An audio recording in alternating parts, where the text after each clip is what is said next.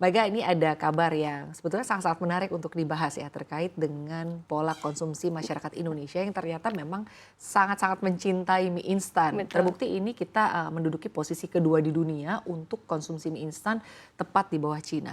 Nah sebetulnya kalau menurut pengamatan dari Mbak Ega sendiri ya, apa yang menyebabkan atau apa yang menjadi pendorong faktor sebagian dari masyarakat Indonesia ini sangat-sangat mencintai mie instan? Kalau untuk faktornya sebetulnya bukan karena pergeseran dari makanan pokok yang seperti beras begitu Mbak Sinta, tetapi lebih karena faktor tren.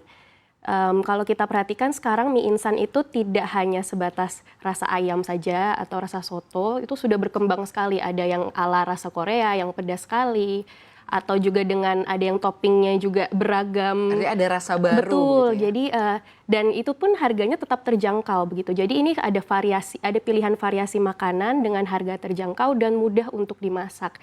Itu sudah menjadi tren sehingga terjadilah kenaikan konsumsi mie instan itu di Indonesia, begitu Mbak Sinta. Baik Mbak, tapi kalau dibandingkan dengan tahun-tahun sebelumnya begitu, ini kan mie instan di Indonesia sebenarnya hadir sudah dalam waktu yang cukup lama begitu ya.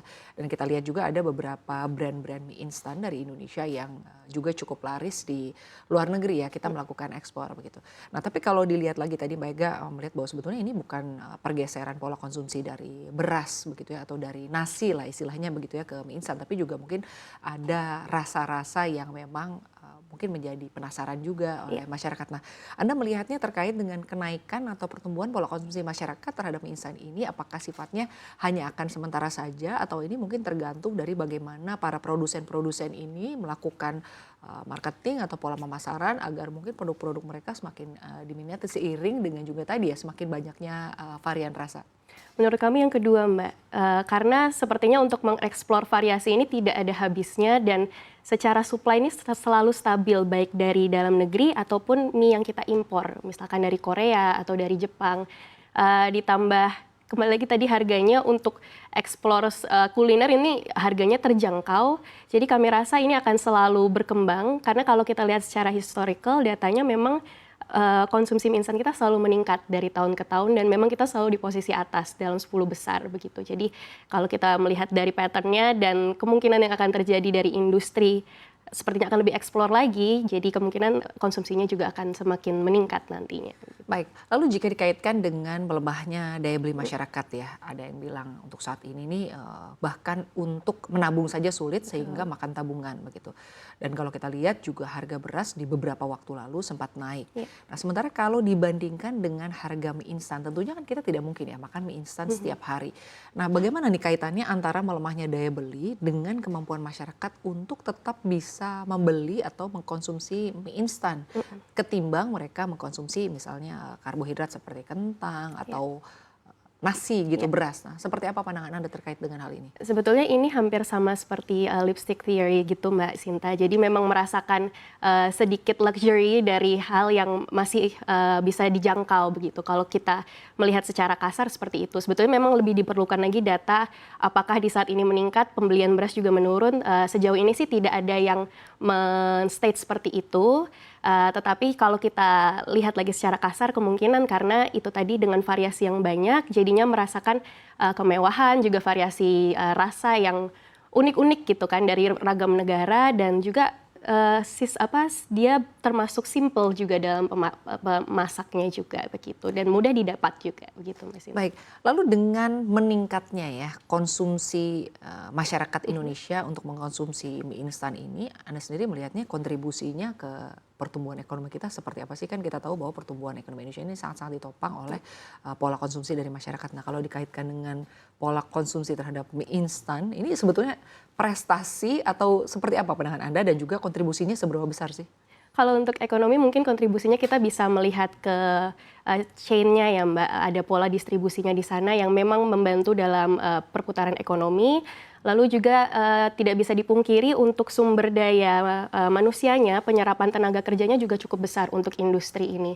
Sehingga memang kalau ditanya apakah ada kontribusi untuk ekonomi Indonesia, tentu ada. Karena ini big player ya untuk produsen-produsen mie instan di Indonesia. Jadi kalau ditanya ekonomi itu, tapi untuk dampak atau harus bangga atau tidaknya, mungkin kita bisa melihat ya kita udah sampai di global ini kita peringkat 10 besar sebagai supplier mie instan di dunia gitu. Nama mie instan kita ini sudah tergaungkan gitu. Jadi ya mungkin bisa dibilang membanggakan juga, tapi tetap ada side yang kurang baik ya juga untuk health issue dan lain-lainnya itu, Mbak. Baik, mungkin mengkonsumsi secara bijak begitu ya, Betul. bukan untuk setiap hari ya. Nah, tapi kalau dikaitkan dengan produksi dalam negeri sendiri, sejauh ini jika dikaitkan dengan permintaan, apakah mencukupi? Apalagi kalau kita lihat juga ada beberapa produsen mie instan yang memang melakukan ekspor begitu ya. Nah, tapi sebutlah serapannya di dalam negeri sebetulnya seperti apa sih? Artinya apakah mencukupi atau sebetulnya masih surplus juga nih jika dihitung dengan hasil produksi atau dari industri itu sendiri? Kalau secara supply memang cenderung surplus ya, tapi lebih ke balance sih Mbak, karena kita juga terfokuskan untuk ekspor juga. Ada salah satu produsen mie instan di Indonesia yang sudah mengakuisisi, ada namanya Pine Hill, yang mereka memang terfokus untuk di timur, memproduksi mie instan di Timur Tengah, di Afrika. Jadi memang secara jumlah ini kita bisa bilang sehat, dia tidak yang surplus yang too much, jadi memang sesuai dengan kebutuhan yang ada di masyarakat. Makanya pembeliannya juga selalu stabil, Mbak. Nah, mungkin pertambahan itu dengan adanya variasi baru, biasanya maka jumlahnya akan mengalami pertambahan. Karena kalau dilihat sebetulnya pasar mie instan Indonesia saat ini ada dua.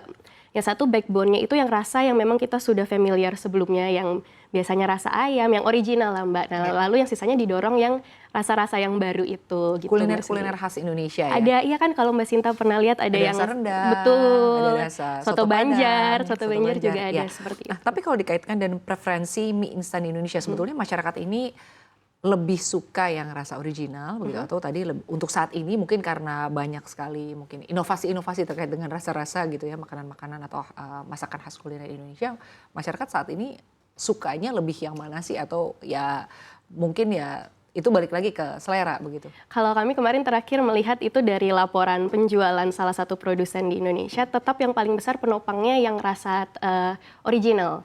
Jadi karena sudah pergeseran tren itu sepertinya sudah masuk nih di list masyarakat Indonesia, kalau monthly grocery harus ada Indomie paling tidak sepak dengan rasa yang original, jadi yang goreng atau mungkin yang rebus gitu. Jadi ya memang itu sudah menjadi pergeseran harus ada begitu di harus dapur ada ya? di keranjang, ada sampai di dapur juga ada gitu Mbak Sinta. Baik, lalu selanjutnya Mega, kalau dikaitkan dengan gizinya itu Iya. sendiri ya, sebetulnya kan ada beberapa produk mie instan yang mereka mengklaim tetap memiliki gizi ya.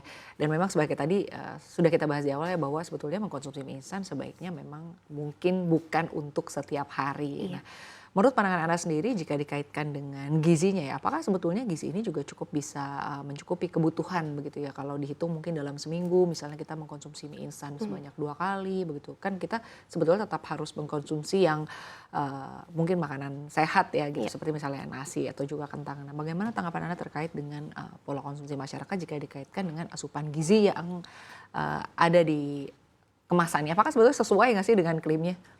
Kalau diklaim ada gizinya, tentu ada Mbak Sinta. Cuma kan kita harus menimbang antara gizinya dan side effect lain yang kurang baik untuk kesehatan. Nah, Lebih ke pengawet ya? pengawetnya, MSG-nya. Karena kan kalau memang terus-menerus nanti dampaknya bisa ke obesitas.